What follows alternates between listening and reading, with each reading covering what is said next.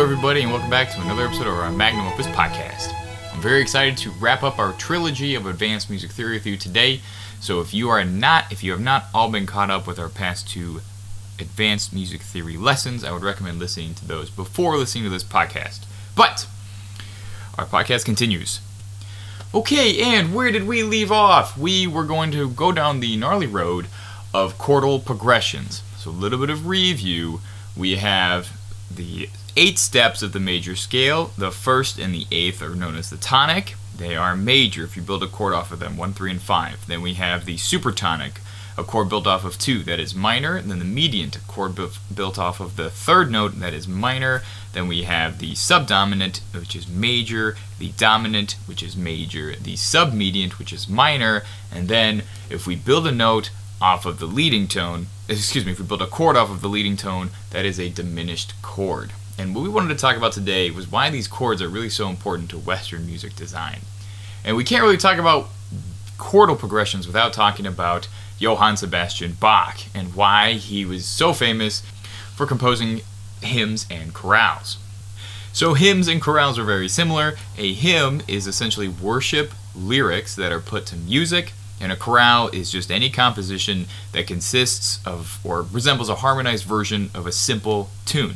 So you can have a chorale that can be a hymn and not necessarily vice versa.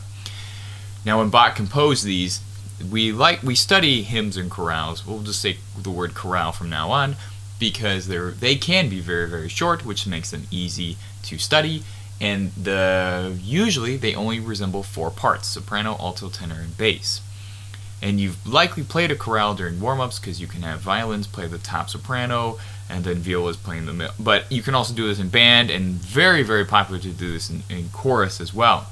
When Johann Sebastian Bach was making these chorales and these hymnals, he would very commonly start with a tonic, which makes sense. You always want to begin your piece with the tonic.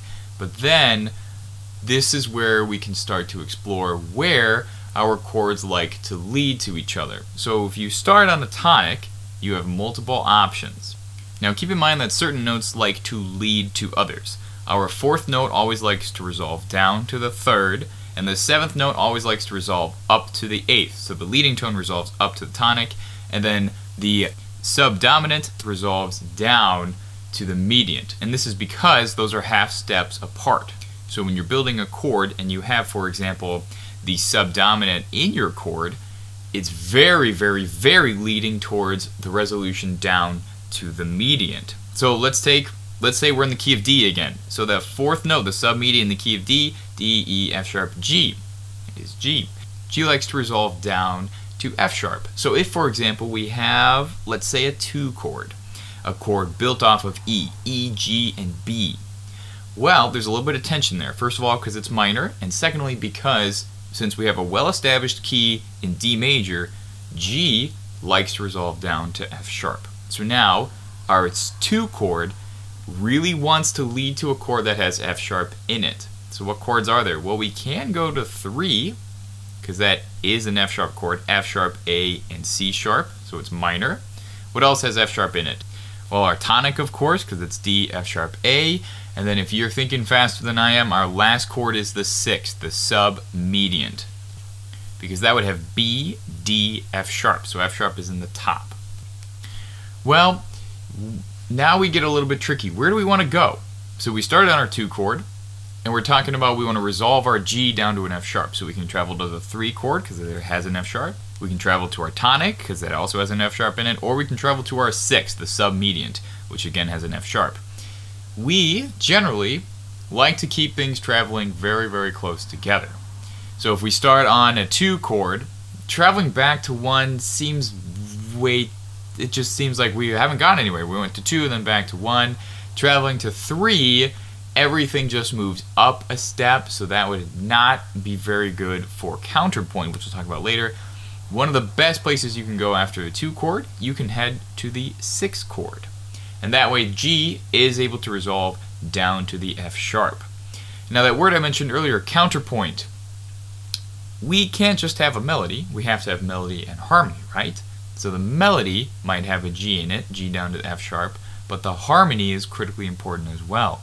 And harmony is where counterpoint comes in. Counterpoint is the process of your bass notes. If they go up, if they go down. Good counterpoint follows the opposite motion of your melody. So if your melody line goes D, C sharp, B, A, and it just goes down, your counterpoint harmony wants to go up. So whatever note that bass note starts on, let's say it starts on F sharp, it wants to go up. This makes compositions a lot more interesting, and there's not what's called parallel movement, when all of our lines and all of our melodies and harmonies just move together, and it's just like chordal blocks. If everything is different, then our ear is like, yes, this is interesting. There's more going on than we would once thought. So now we know the 2 likes to go to the 6th chord. Well, where does the 6 kind of go like to go after that? The 6 is a minor chord, so there's a little bit of tension there, but there's nothing necessarily pulling us to our tonic.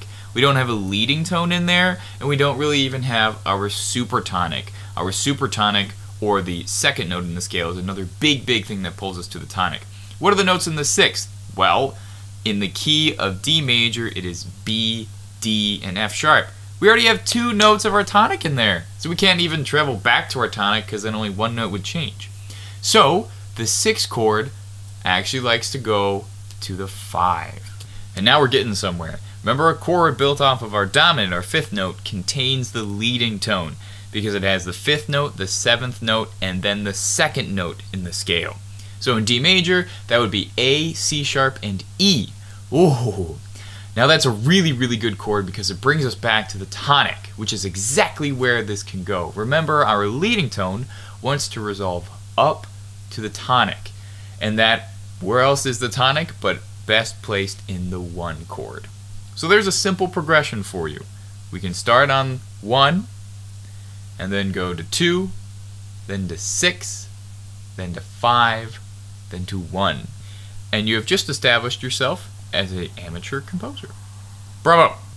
Now it's really important to remember that there are many different choral progressions, and this is just what was established as sort of a rule. You can put that quote unquote. You can absolutely freeform it, and if you don't feel like writing a melody, just write the harmony. Or if you don't feel like writing a harmony, just write the melody. Now, basic chord progressions that you can never really go wrong by. We like to start on the 1 chord. It's usually followed by 4 or 5 or even 6 sometimes. It can be followed by 2. And then after we go from there, 4 chords like to lead to 5 chords. 5 chords love to lead to 1 chords. 6 chords like to lead to 2s or even 5s. And then if you ever use your diminished, your 7th chords, that can very easily resolve to 1. Or if you like to be tricky about it, it can resolve to 3 as well. So let's talk about how to start composing your own piece of music.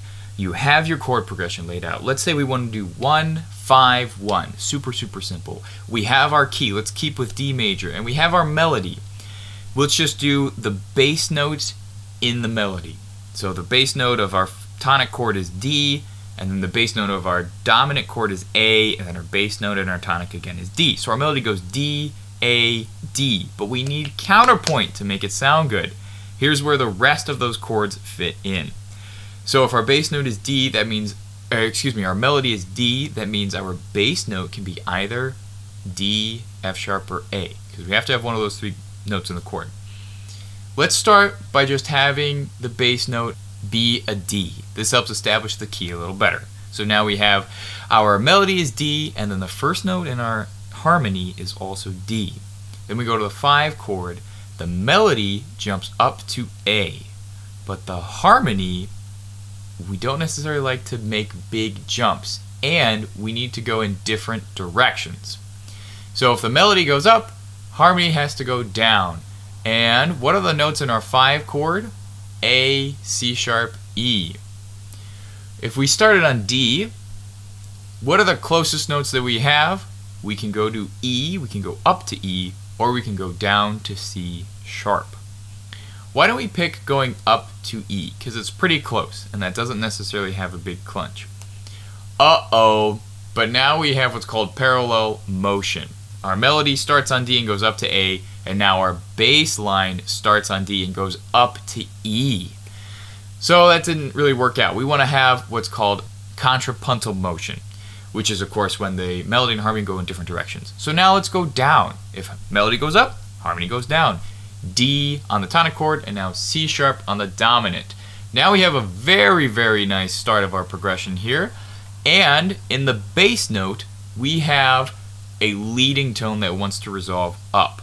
So this chord right here, this 5 chord, is pulling very, very strongly to go back to our tonic. So then it can resolve up to D for our third and final chord here, and then the melody can do the same. It can start on A and come back down to D. That is the absolute basic about chordal progressions and how one might start or begin the foray into composing. Arranging and improvisation are completely different animals, but if you want to learn more about those, probably the best thing to do is actually sit down and do a little bit of composing in your own safe space where you can make plenty of mistakes and just experiment with what you like. Once you have a very firm understanding of what chords go to where and what notes like to resolve to this and blah blah blah blah blah, suddenly improvisation becomes a lot less scary because you know where you want to go.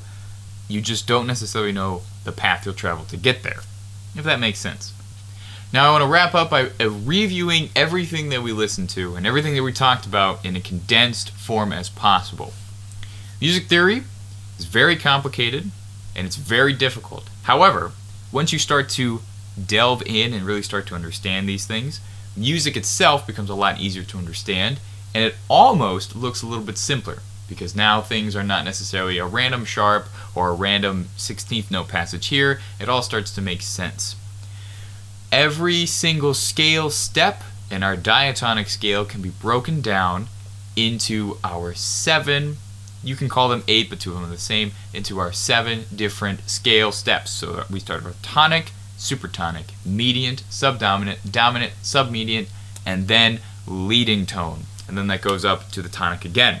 If we build chords off of each of these scale degrees, then we have what's called the start of chordal progressions, because we're building chords off of each of these scale tones, and then we're finding ways to travel between these 2 scale tones in a pleasing and harmonic manner. Counterpoint is a very important process in which our melody differs from our harmony.